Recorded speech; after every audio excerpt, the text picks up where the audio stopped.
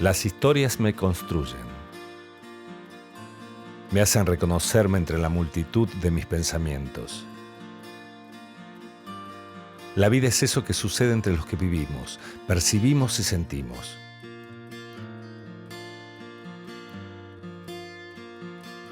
Emprendo un viaje más, de esos que me llevan a lugares nuevos y me permiten cambiar.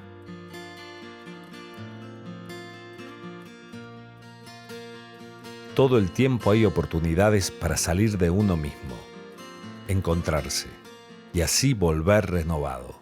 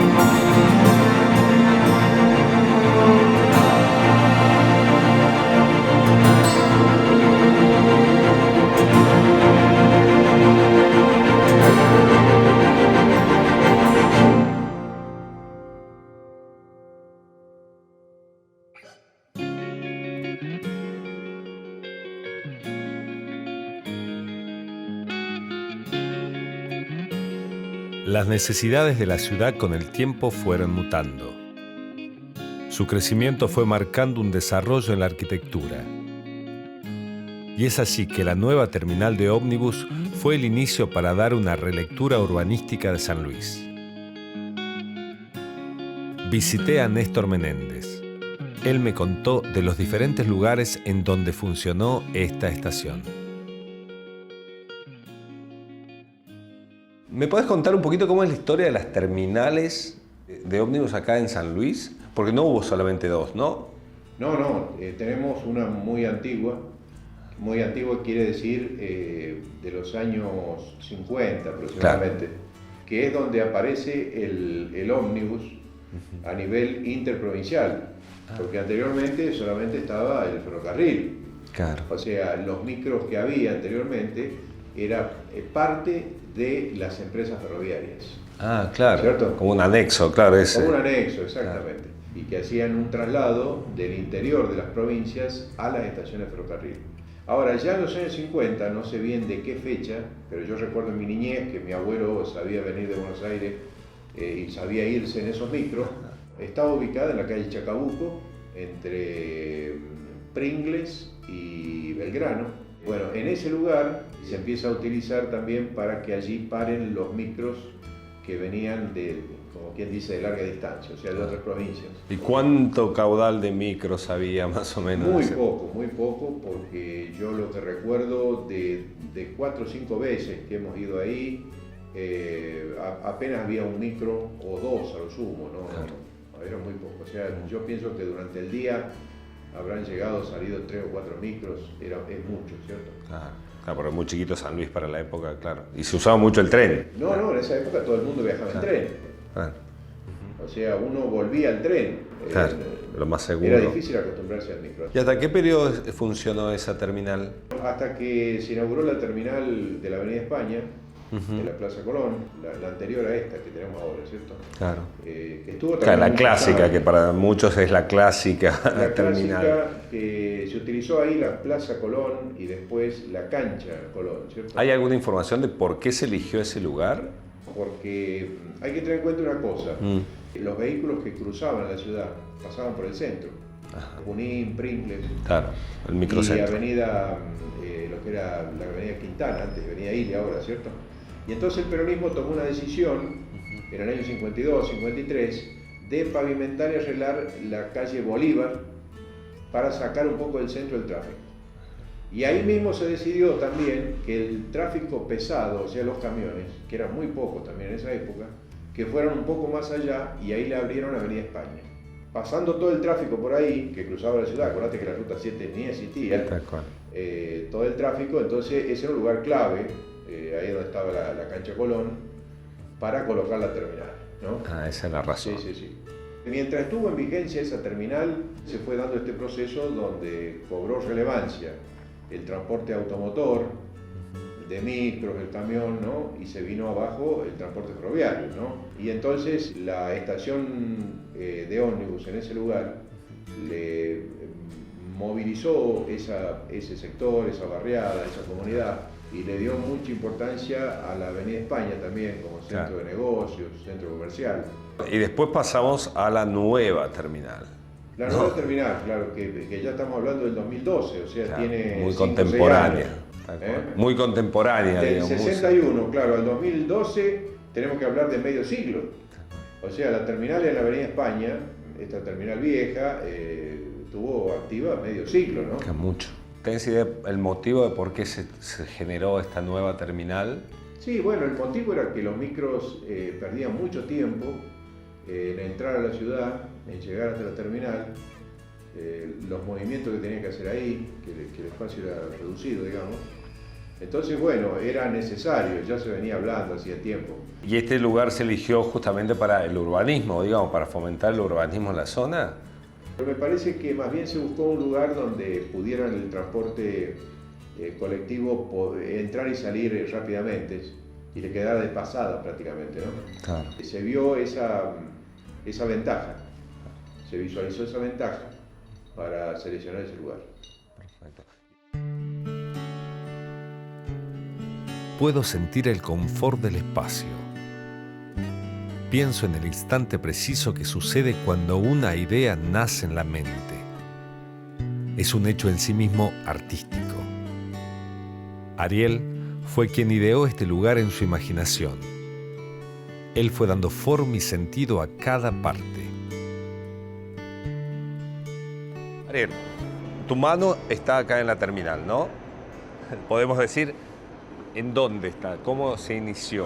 Y digamos que yo actué en la parte inicial de todo esto. ¿Sos el gestor de la idea? Yo soy el autor del anteproyecto, que es lo primero, es la idea madre. ¿Te dieron alguna pauta? Sí, tenía 2 o 3 cosas de hacer un edificio que fuera cómodo, amplio, que protegiera a la gente, por ejemplo, del clima. Claro, el chorrillero. Claro, tanto en invierno como en verano. Entonces nosotros acá tenemos un clima muy particular, entonces la idea era hacer un gran recinto cerrado.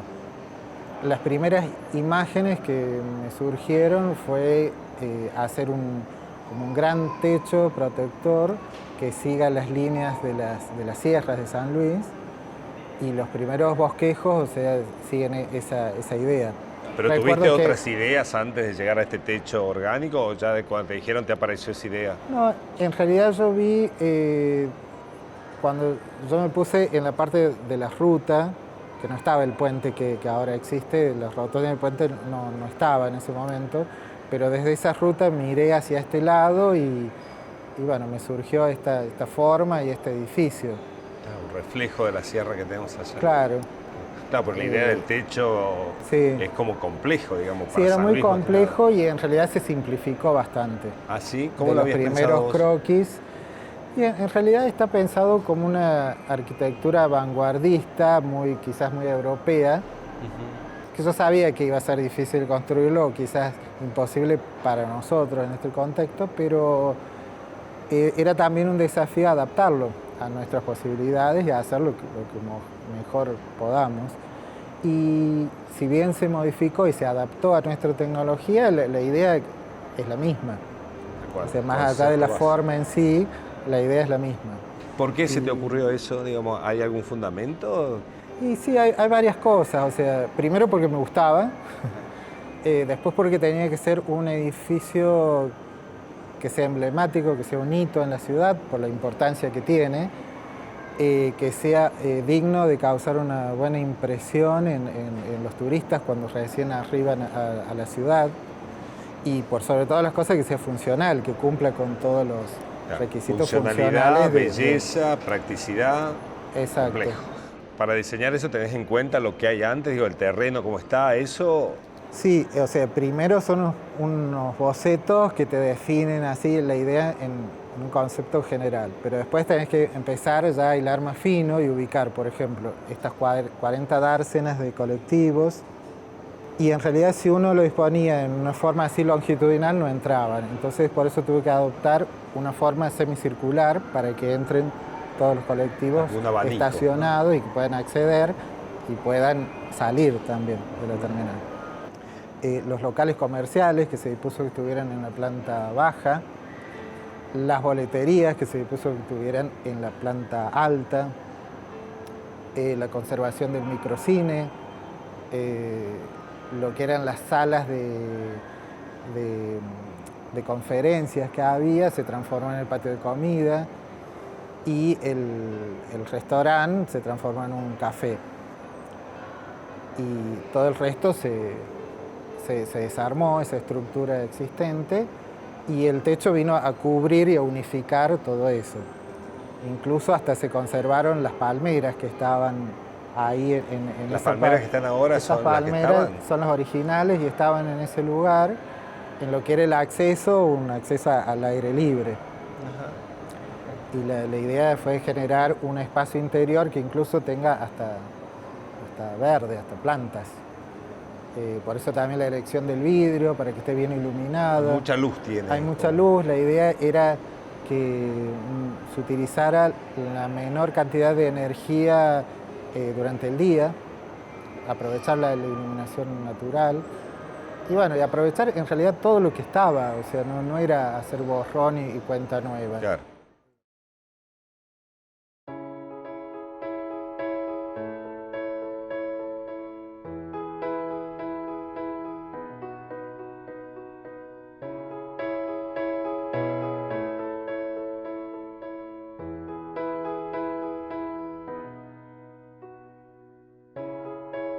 Siento la euforia propia del viajero que sabe que se va a enfrentar a un nuevo lugar. Llegar, salir, estar, viajar. Son momentos que el alma entiende como fértiles. La vida nos va exigiendo trasladarnos, para así tener puntos de vista que nos enriquezcan. Voy a seguir conociendo cada rincón de este lugar, mientras sigo pensando en la importancia del viaje.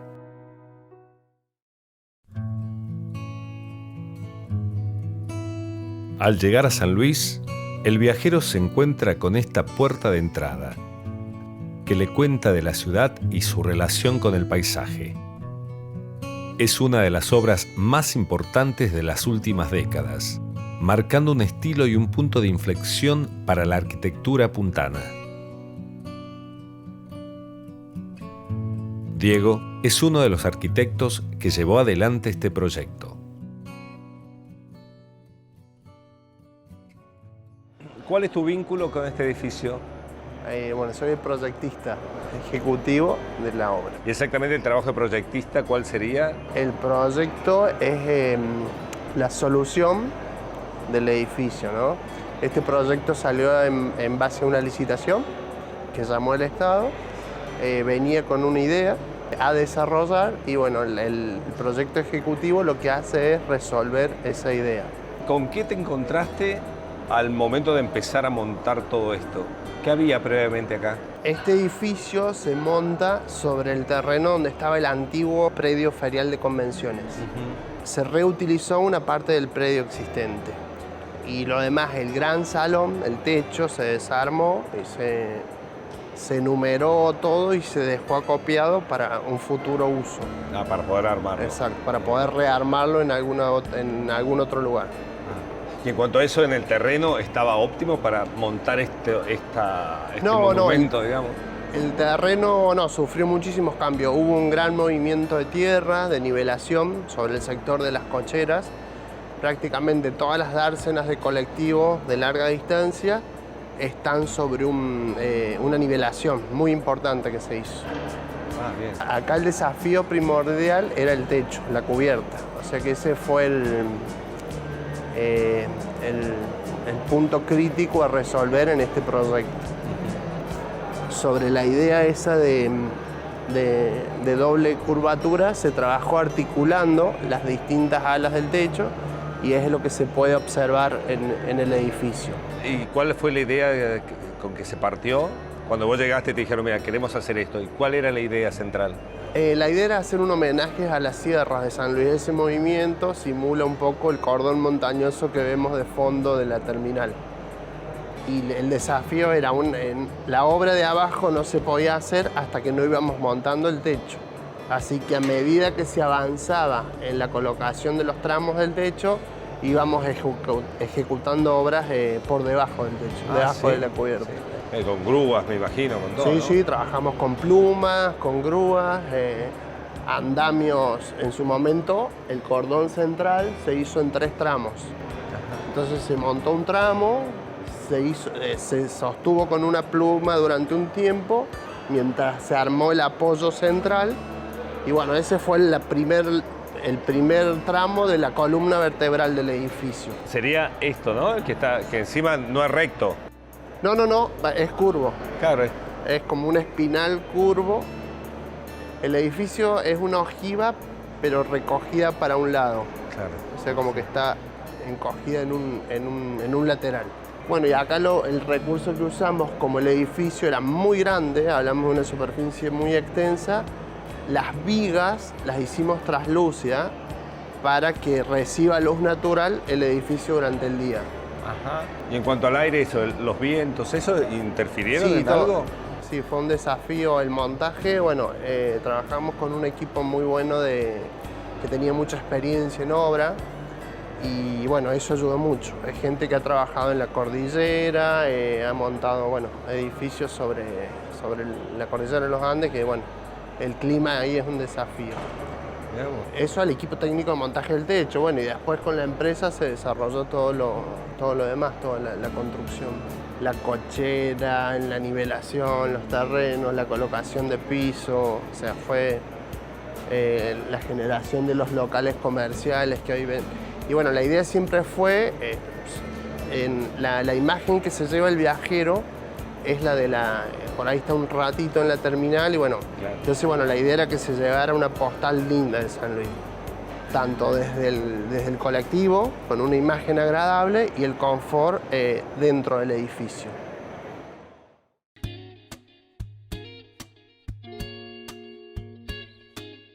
Para llevar adelante esta mega obra, intervino un equipo multidisciplinario. La ingeniería está presente en nuestras vidas de manera recurrente. Fernando fue uno de los ingenieros que trabajó aquí. Fernando, ¿cuál fue tu trabajo específico en la construcción de la terminal? Bueno, a mí me contrató la empresa que había ganado la licitación, la empresa Green, para hacer los cálculos de todo lo que era hormigón, estructuras de hormigón. Ajá. Y mampostería. ¿Cómo es el trabajo específico del ingeniero en este tipo de construcción? En general, todas las obras y obras tan grandes tienen muchos especialistas, desde los calculistas, toda la gente que hace instalaciones, el proyectista, que es el coordinador general de todas las especialidades. Entonces, una obra de esta magnitud lo que tiene es mucho trabajo de coordinación, muchas reuniones. Yo, por ejemplo, dependía de que me pasaran las cargas de la cubierta metálica del techo para poder empezar el cálculo. Había un plazo, entonces, bueno, teníamos que tratar de coordinarlo mejor para no tener tiempos muertos. Hay algo que pasa siempre, que es muy contradictorio, que es que la obra se empieza de abajo, con las bases, pero los cálculos empiezan con el techo. Como no se podía inmediatamente, bueno, se empezaron a hacer algunas tareas en este sector donde estamos ahora, que digamos acá no necesitábamos cargas del techo. Ah, ¿no? ¿Por qué es la diferencia en un lugar sí y en otro no? Porque esto era existente y el techo pasa por encima sin tocarlo. Ah, ya estaba esto. Esto ya estaba, pero se modificó, se amplió, se demolió una parte. ¿Cuánto tiempo estuviste trabajando en este proyecto? Y yo estuve trabajando para hacer el cálculo completo unos 3 meses. Bien. Pero después estuve prácticamente hasta el final de la obra, un poco antes del final, porque había cosas que habían quedado pendientes. ¿Cómo qué? Por ejemplo, no sabíamos el peso de las escaleras, Claro. entonces eso me lo dejaron en suspenso hasta que definieran las escaleras mecánicas. Día a día estaban todos esos problemas, o sea, de coordinación, de juntarse, de charlar, de ver cómo solucionábamos problemas y ver cómo se podía avanzar lo máximo posible y sin interferir un gremio con otro o un especialista con otro. Lo mismo, por ejemplo, había sectores que se cambiaron, entonces había que venir a hacer los cambios. Después había problemas por ahí con unas instalaciones también. Me llamaban para ver si se podía correr una columna, porque interfería con la instalación. O sea, que casi hasta el final seguía, no viniendo todos los días, pero había que venir, digamos, a terminar algunos detalles que estaban faltando. ¿Y cómo es encarar aquí en San Luis, encarar un emprendimiento de esta magnitud tan Y es muy grande? lindo, porque es un desafío.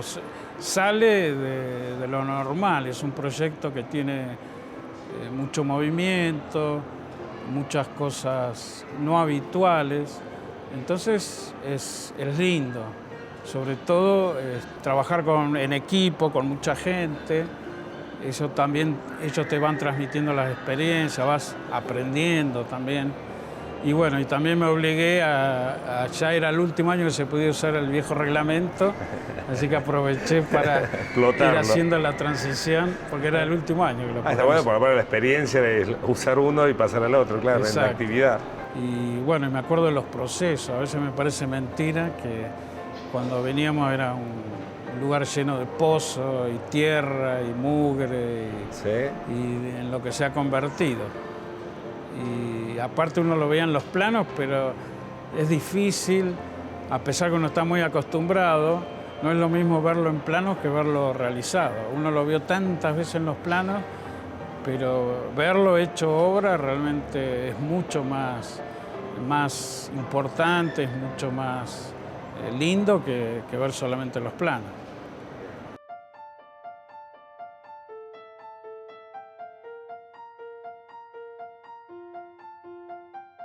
Llego al final de este viaje. Me mantuve atento a descubrir cada momento. Las personas que trabajaron aquí me mostraron lo importante que es el trabajo genuino. Pude entender todo el proceso de gestación, desde el embrión de la idea hasta su desarrollo.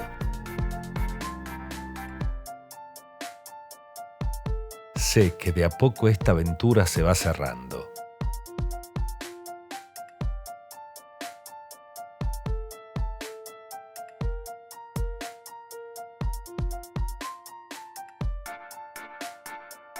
Trato de no pensar demasiado en modo nostálgico. Simplemente me dejo llevar.